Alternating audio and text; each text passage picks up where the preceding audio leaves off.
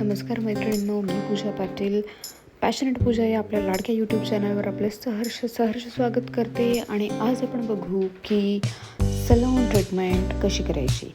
सलॉनमध्ये हेअर्ससाठी खूप वेगवेगळ्या प्रकारचे ट्रीटमेंट होत असतात. आज आपण हेअर्सला स्मूथनिंग कशी करायची हे बघत आहोत. तर सगळ्यात आधी तुम्ही बघताय की आपण हेअर वॉश करून घेतलेला आहे.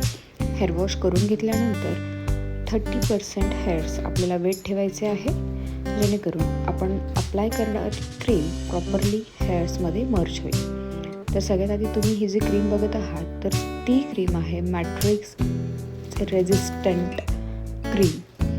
स्मूथनिंगसाठी आपण ही क्रीम यूज करतो.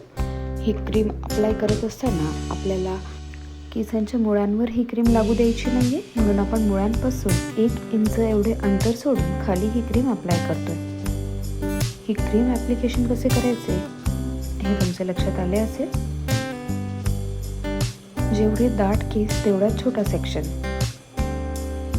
या प्रकारे आपण सेक्शन घेत आहोत. तर आपले जे क्लायंट आहे त्याचे केस खूप दाटही नाही आहे आणि खूप पतलेही नाही आहे. तर मीडियम थिकनेससाठी आपण या प्रकारे सेक्शन घेऊन त्यावर 1 इंच सोडून खाली क्रीम अप्लाय करून घेत आहोत. क्रीम अप्लाय करत असताना हँड ग्लव्स घालणे हे अगदी मॅन्डेटरी आहे, कारण ही क्रीम जी आपण यूज करत आहोत ती अमोनिया बेस क्रीम असणार आहे.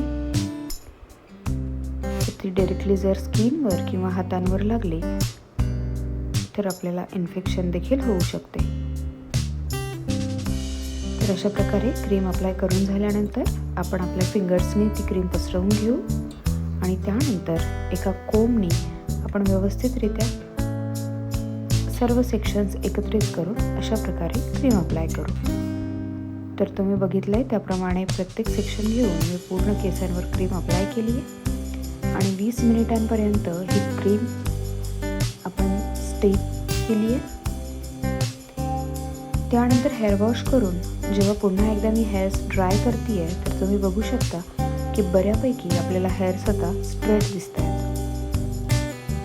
ही क्रीम अप्लाय केल्यानंतर आपल्या हेअरचे जे टेक्स्चर आहे ते बऱ्यापैकी चेंज होईल आणि आपल्याला 50% हेअर्स स्ट्रेट दिसतील. तर हे करून झाल्यानंतर आपण हेअर्स पूर्णपणे ड्राय करून घेतलेत आणि इथे मी आयकॉनिकचे शाईन स्ट्रेटनर यूज करत आहे.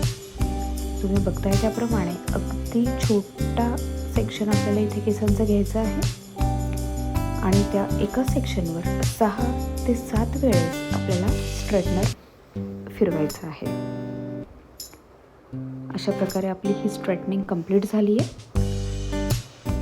तर पूर्ण केसांवर स्ट्रेटनिंग झाल्यानंतर जी उर्वरित प्रक्रिया आहे ती आपण पुढे कंटिन्यू करू.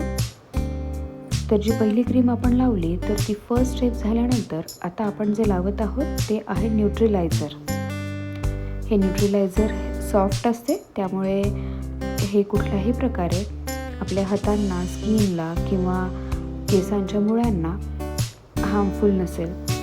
तर ते अप्लाय करत असताना आपण अगदी मुळांपासून देखील ते लावू शकतो. फक्त आठवणीने आपल्याला स्ट्रेटनिंग करते वेळेला each and every hair straight होईल आणि त्यावर स्ट्रेटनर व्यवस्थितरित्या अप्लाय होईल याची काळजी घ्यायची आहे. तुम्ही बघताय त्याप्रमाणे प्रत्येक सेक्शनवर क्रीम लावून घेतल्यानंतर पुन्हा पहिल्यापासूनचे सगळे सेक्शन्स आपण एकत्र करून अशा प्रकारे क्रीम अप्लाय करून घेऊ. ही क्रीम अप्लाय केल्यानंतर ही देखील आपण 20 ते 25 मिनटं होल्ड करू आणि हेअर वॉश करून घेऊ. वॉश करून घेतल्यानंतर आपल्याला हेअर्स पूर्णपणे ड्राय करायचे आहे. ड्राय केल्यानंतर आपल्याला खूप सुंदरसा असा रिझल्ट दिसेल आणि हाच रिझल्ट कमीत कमी 8 महिने आपल्या केसांवर राहील. तर पूर्ण व्हिडिओ बघण्यासाठी धन्यवाद. चॅनलला सबस्क्राईब करायला विसरू नका.